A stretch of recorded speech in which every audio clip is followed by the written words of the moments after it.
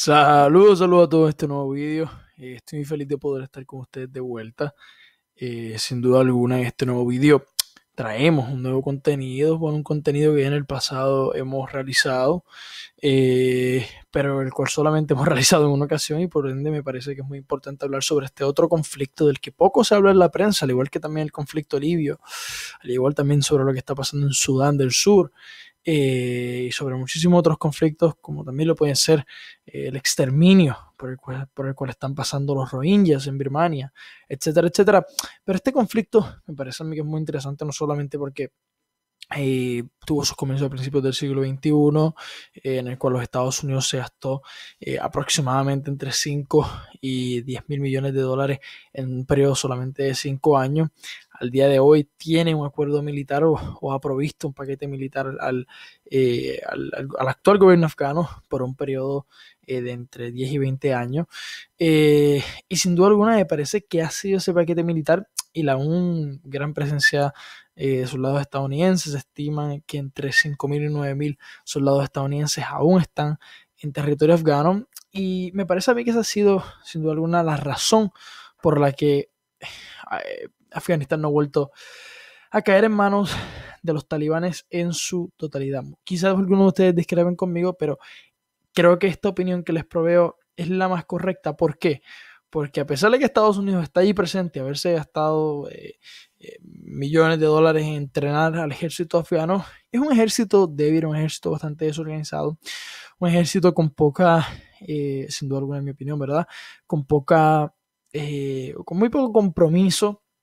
Es un ejército que, por más que la OTAN, incluso la OTAN tiene varias veces militares en Afganistán, tiene varias misiones distribuidas especialmente en el noreste del país y también en el noroeste del país actualmente. Y a pesar de todo, el ejército afgano es un ejército bastante debilucho. Eh, ¿Por qué digo que es debilucho? No exagero sin duda alguna cuando les digo que es debilucho. Me parece a mí que en la práctica lo han demostrado. Ahora, aquí vienen como interesantes. En el último video les comentaba que cabía la posibilidad, según el actual secretario de Defensa de los Estados Unidos, Doug Mattis, en el que había la posibilidad de que los talibanes actualmente controlaran más del 50% del territorio afgano. Miren, hoy esa suposición no es una suposición, ya es una realidad. Se estima que entre el 46 y 51% del territorio afgano, zona donde curiosamente no hay alta densidad poblacional, pues está en manos de los grupos que combaten en este país, entre ellos no solamente los talibanes, pero también el ISIS, porque el ISIS tiene presencia aquí en territorio afganí. Ahora, antes de entrar en el core ¿verdad? De este vídeo, quiero decirles que abajo en la descripción les dejo la publicación de mi segundo libro, por si les interesara. Es un libro muy interesante en el que hablo sobre por qué Puerto Rico es una colonia, cuáles son todas las posibilidades o las posibilidades o las fórmulas de estatus políticos a las que la isla pudiera adherirse en un futuro a través de el camino de la autodeterminación dialogada y pactada, que tanto es necesaria para que se pueda determinar el futuro de esta isla, una colonia que ha sido colonia de los Estados Unidos desde 1898, pero ya previamente había sido colonia del Imperio Español entre 1493 y 1898. Y creo que el componente histórico que presento en ese libro también lo junto con el hecho o los otros escenarios en los cuales les demuestro por qué Puerto Rico es una colonia de las personas que lean este texto, claro. Y también les presento por qué los derechos humanos y políticos de los puertorriqueños están actualmente limitados bajo el régimen o el status quo actual. Dicho eso, hablo sobre la historia también de las distintas fórmulas políticas que pudiera la isla adherirse en un futuro. Hablo del independentismo, voy desde a principios del siglo XIX, cuando incluso Bolívar había creado un equipo de trabajo para que lograra la independencia de Puerto Rico, también de Cuba, etcétera, etcétera. Hablo, por ejemplo, sobre lo que es el movimiento estadista, cómo se desarrolla la estadidad en los Estados Unidos, cuáles son todos los procesos de admisión, qué implicaría, por ejemplo, la libre asociación para la isla, tanto en términos económicos, algo que también cubren las demás fórmulas políticas, pero en términos políticos. Y sin duda alguna yo creo que es una pieza que la comencé a escribir cuando tenía 16 años. Hoy, sin duda alguna, a mis 21 años, la evolución del texto es drástica. Pero realmente es un trabajo que me costó mucho tiempo, mucha energía y que realmente me parece algo decente y bastante interesante. Y bueno, la dejo ahí abajo por si tienen algún interés. Lo pueden encontrar en su versión impresa, pero también en su versión Kindle, por si lo quisieran leer en el teléfono. Bueno, a perfeina. Vamos a hablar sobre algo muy interesante que está ocurriendo acá en el oeste de Afganistán. Si este mapa me lo permite. Mientras el mapa va cargando, quiero que tengamos claro que las zonas claras, donde hay un verde claro, estas son las zonas controladas por el gobierno. Las zonas donde el verde está un poco más oscuro, son las zonas donde los talibanes tienen control territorial y militar sobre esa región. Ahora, ¿qué ha estado pasando acá? Disculpen, ¿qué ha estado pasando acá? Bueno, vamos a ver si esto funciona, disculpen. ¿Qué estaba pasando acá al norte de Farra? Primero, los talibanes se estima, ¿verdad?, que mataron aproximadamente a 10 miembros de las fuerzas de seguridad del país en un atentado que realizaron en la provincia de Farra. También se informa, bueno, acá al norte de Farra, disculpen, también se estima que al menos 37 talibanes acá, también perdón, al noroeste del Sultán Baquad, se informa que al menos 37 talibanes han resultado muertos por parte de las fuerzas extranjeras y afganas que combaten, ¿verdad?, en Afganistán, específicamente en la provincia de Fajra, como les comentaba. Cuando digo fuerzas extranjeras me refiero a las misiones de la OTAN que sí tienen presencia a nivel terrenal y a nivel aéreo en Afganistán. También cabe destacar que en la misma provincia de Fajra, los bombardeos y el uso de artillería masiva en esta provincia se han intensificado de manera drástica. Me parece a mí que es muy interesante ver la dinámica que no solamente está teniendo los Estados Unidos, pero también el propio ejército afganí en el país. También se informa que 3 insurgentes, incluyendo al Mullah Naim, que ha sido un individuo recientemente en la prensa afganí bastante criticado, un individuo obviamente relacionado a los talibanes, el cual, bueno, ha sido asesinado y el cual los Estados Unidos quería asesinar porque recientemente antes de eso había realizado un atentado con un dron, el cual no había asesinado al Mullah Naim. También se informa que el Mullah ha sido asesinado por la aviación afgana, en este caso, en Shahjoy, en el distrito de Sabul. Sabul es una ciudad es un distrito bastante amplio, es un distrito donde la presencia de los talibanes es bastante densa, bastante amplia, pero también la presencia de Daesh en la zona montañosa de Sabul, como también podemos ver acá al oeste de Sangha y al sur de Gilan, también es alta. Y bueno, esto implica que, esto nos deja claro de que Daesh también está presente, está presente en Afganistán. También se informa de que el jefe del distrito de Kahwa Umari, disculpen, acá al noreste de Ghazni, ha sido asesinado al sur de la provincia de Ghazni. Y ha sido asesinado evidentemente por los talibanes, pero también algo que me llama mucho la atención y me voló la cabeza es que el gobernador del distrito también fue asesinado por los talibanes.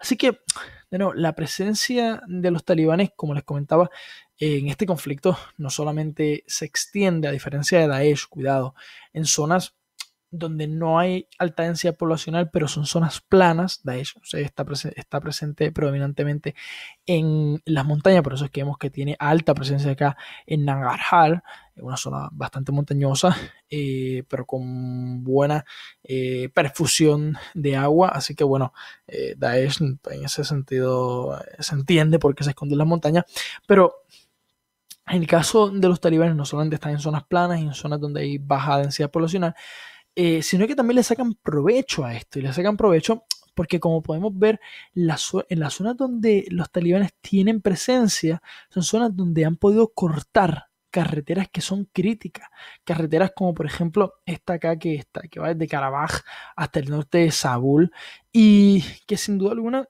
son críticas porque son las zonas donde el ejército eh, y evidentemente las misiones de la OTAN en Afganistán no tenían alta presencia militar. Así que creo que son puntos que debemos de evaluar a la hora de analizar esto. También el ejército afgano comenzó operaciones en Sazai. Me parece a mí que estas operaciones serán efectivas si tienen el apoyo de la aviación de la OTAN. Yo creo que el ejército afgano ha demostrado que a nivel terrenal no son lo mejor, y a nivel aéreo tampoco, ¿vale? También se informa de que los 5 cuerpos de miembros de las fuerzas de seguridad pakistaníes fueron repatriados a Afganistán. ¿Cuáles son estos 5 cuerpos que hacían oficiales de las fuerzas de seguridad pakistaníes en territorio afganí? Sencillo, Afganistán y los pakistaníes, curiosamente, y creo que si ustedes saben o saben un poco sobre historia de Afganistán y de Pakistán, o las relaciones diplomáticas a través de la historia que estos dos países han tenido, saben por qué digo irónicamente. Bueno, han sido repatriados estos 5 cuerpos porque las fuerzas pakistaníes han estado combatiendo el avance o el intento de incursión que los talibanes han intentado incoarse en el interior del territorio pakistaní. Ya sabemos, como quizás mencionado en otros vídeos, creo que en el primero en el que hablé sobre este mapa de Pakistán, perdón, de Afganistán, mencioné también de que los talibanes tienen ciertos grupos afiliados a ellos, o ciertos grupos que les han jurado lealtad a los talibanes en el territorio pakistaní. Es por eso estas acciones conjuntas que ambos países están teniendo en territorio afganí. Y dentro de este mismo camino, dentro de este mismo sendero, me parece interesante que el Senado afgano aprobó, o bueno, no aprobó, disculpen, se opuso al apoyo de seguridad, del que les acabo de hablar. Porque dentro de los términos actuales por los cuales los pakistaníes quieren colaborar, escuchen bien, por los cuales los pakistaníes quieren colaborar hoy día con los afganíes, no les parece muy bien. También hoy al norte, ¿verdad? En Kabul, el presidente afganí decretó, emitió un decreto en el que establece que el ejército territorial afgano, escuchen bien, y me parece que esto debe ser una decisión en un momento en el cual, bueno, creo que está bien la decisión, pero debió haberse tomado hace mucho tiempo, y bueno, en la cual se establece que el ejército territorial afgano será movilizado a las zonas de inestabilidad de seguridad, o sea, zonas donde haya menos seguridad en el país lo antes posible. También me parece muy interesante mencionarles que según los talibanes en el día de hoy atacaron con misiles el aeropuerto de Jalalabad. Me parece a mí que esto es muy muy interesante porque la zona de Jalalabad, como podemos ver, está controlada por el ejército de Afganistán, pero es una zona en la cual hemos visto como algo bastante interesante, y es que aunque Daesh y los talibanes no simpatizan ni ideológicamente ni en el conflicto tampoco han colaborado mucho, pero hay cierta complicidad en toda esta zona de lo que es Nangarhar, no solamente para que Daesh no se enfrente con los talibanes, sino para contraatacar al ejército afganí. Me parece esto muy interesante y bueno, compartirlo con ustedes me causa muchísimo placer. Por último, y antes de verdad de concluir con mi video, quiero darles una perspectiva sobre el conflicto sirio y sobre el reciente ataque que el presidente Donald Trump realizó junto a Francia y Gran Bretaña en Siria. Pero la última noticia sobre el mapa de Afganistán es el siguiente, y es que bueno, los Estados Unidos ha estado atacando a Daesh en todo lo que es la zona del sureste de Nangarhar, esta ciudad que vemos aquí. Ha estado atacando con drones a Daesh en las montañas. No se ha informado si han habido muertos, no se ha informado sobre si han habido grandes avances, pero bueno, eso está todo pasando y bueno, parece muy muy interesante. Además de que les quería comentar que dos senadores eh, de los Estados Unidos, supuestamente, esto no es algo aún confirmado, podrían prevenir que el presidente de los Estados Unidos extienda la guerra del terror, como se llama en los Estados Unidos, en lugares como Afganistán, Somalia y Yemen, donde los Estados Unidos está combatiendo grupos terroristas. Me parece a mí muy interesante esta noticia. Yo creo que sin duda alguna, cuando hablamos sobre en Estados Unidos, el contexto de los Estados Unidos, cuando hablamos sobre el contexto de combatir a los grupos terroristas en el Medio Oriente, es algo muy complejo. Creo que causa muchas sensibilidades ante el hecho del endeudamiento que los Estados Unidos tuvo en venta de bonos de bonos de guerra durante la guerra de Irak y Afganistán. Y creo que esto causa mucho recelo. Y me parece a mí que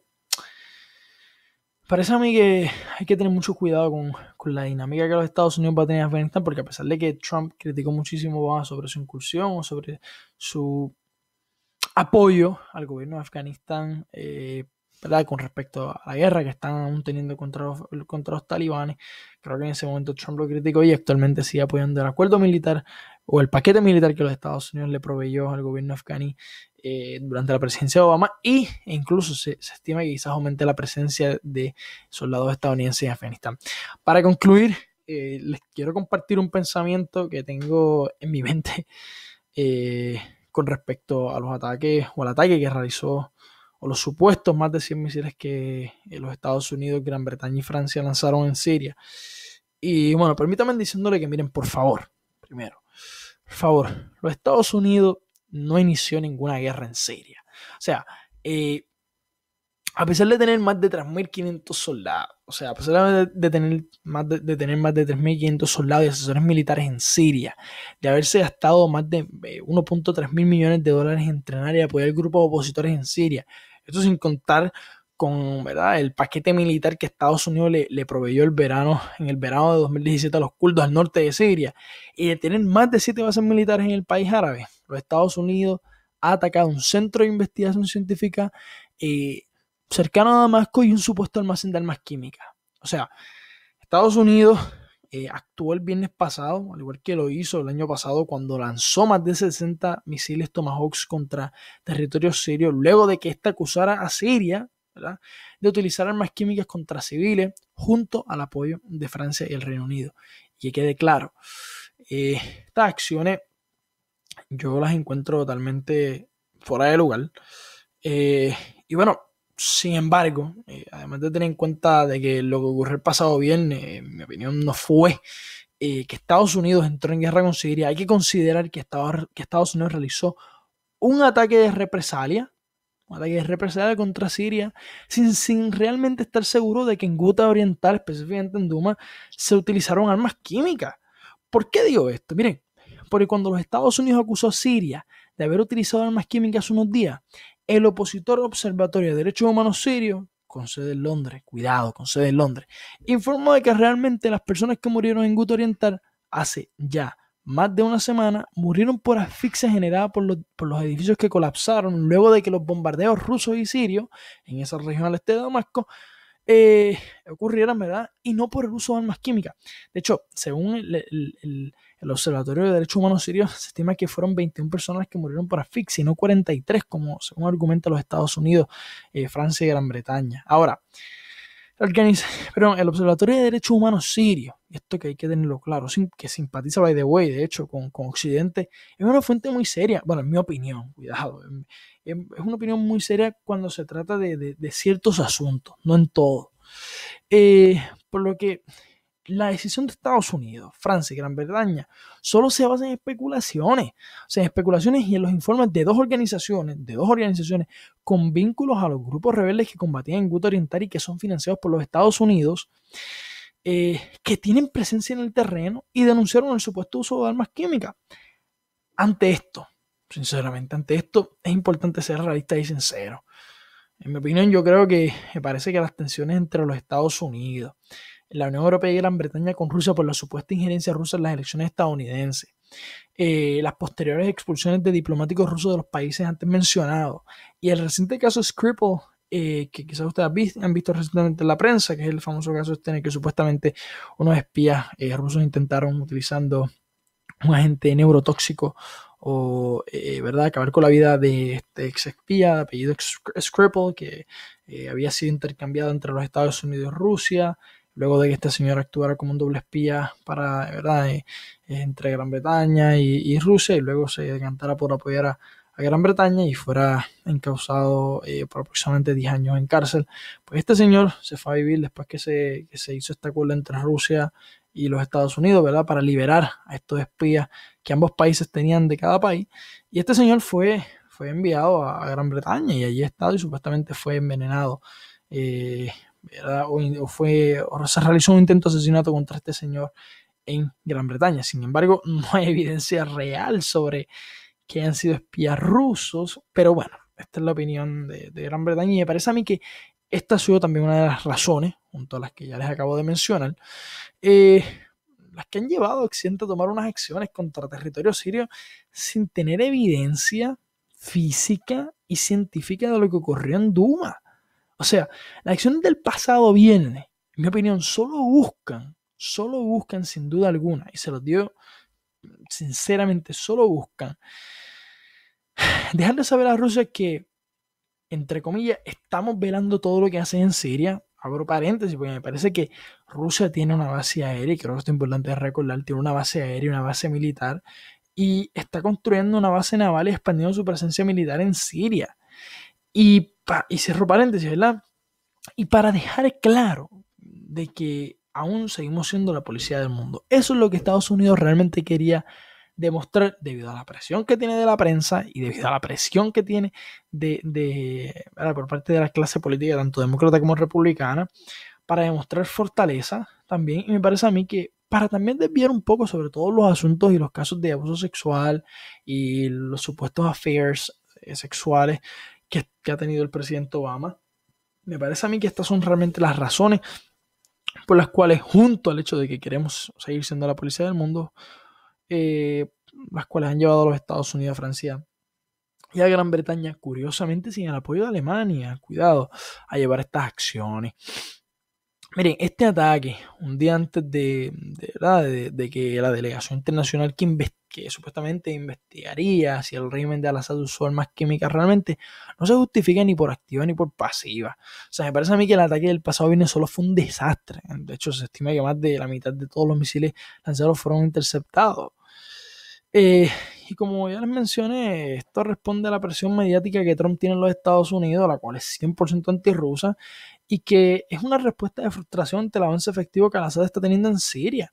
O sea, yo personalmente creo que hay que tener mucho cuidado con este asunto. Me parece a mí que el ataque tensa las relaciones entre Occidente y Rusia y sin duda alguna pone en peligro, ¿verdad? Por consiguiente pone en peligro el mundo.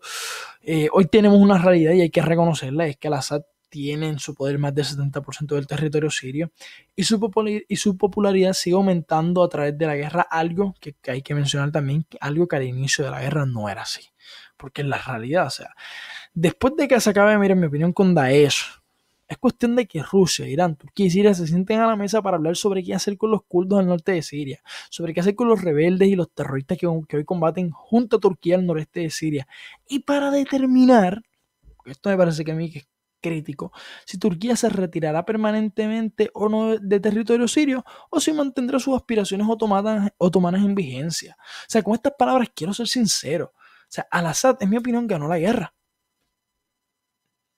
Nos guste o no, ganó la guerra. Y eso implica que hay que reconocerlo, pero también hay que ser conscientes de que la presencia de Irán, Rusia y Hezbollah en el país aumentará. Por ende, a los Estados Unidos y Occidente no les quedará más remedio que proteger a sus aliados en la región. Dentro de este pensar, yo creo que hay que asimilar que el intento de derrocar al Assad, junto al apoyo de las monarquías del Golfo, no fue efectivo y que solo salen fortalecidos de esta guerra Rusia e Irán. Es así, es así. Esta lección yo creo que nos debe enseñar a todos los occidentales que no necesariamente nuestros valores de democracia y libertad pueden ser aplicados en otros lugares, ni siquiera a través del uso de fuerza. Se lo digo sinceramente, ni siquiera a través del uso de fuerza.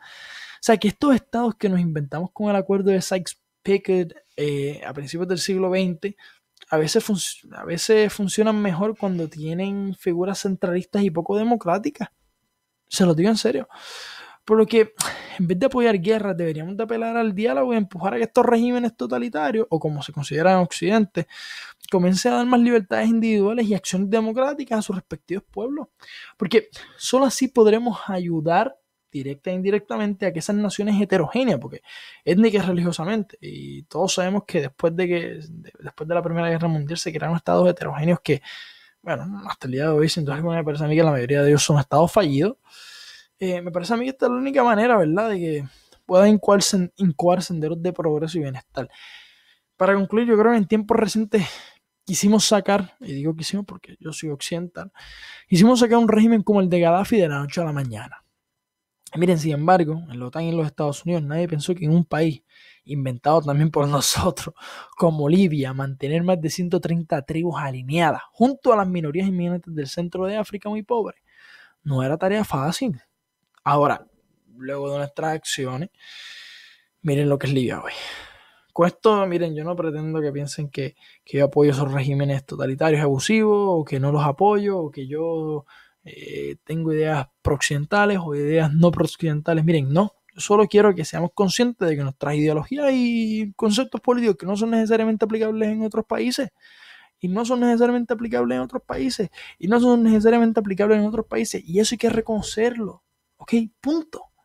Ahora, sin embargo, yo quiero dejar una cosa clara antes de finalizar. La operación quirúrgico-militar del pasado viernes en Siria fue una represalia. Acuérdense eso en mayúscula. Represalia. No fue el comienzo de la Tercera Guerra Mundial. Espero que les haya gustado este video. Denle like, suscríbanse al canal, presionen la campanita, déjenme sus comentarios ahí abajo, déjenme saber desde dónde están viendo este video y sinceramente gracias a todos por su apoyo, se lo agradezco muchísimo. Y nada, continuaremos proveyendo contenido de calidad en este canal y les agradezco a todos por su fidelidad y por su apoyo, y sinceramente cada vez que veo uno de sus comentarios y cosas buenas me alegro muchísimo y me hacen el día. Que tengan un buen día, una buena tarde, una buena noche. Muchas gracias.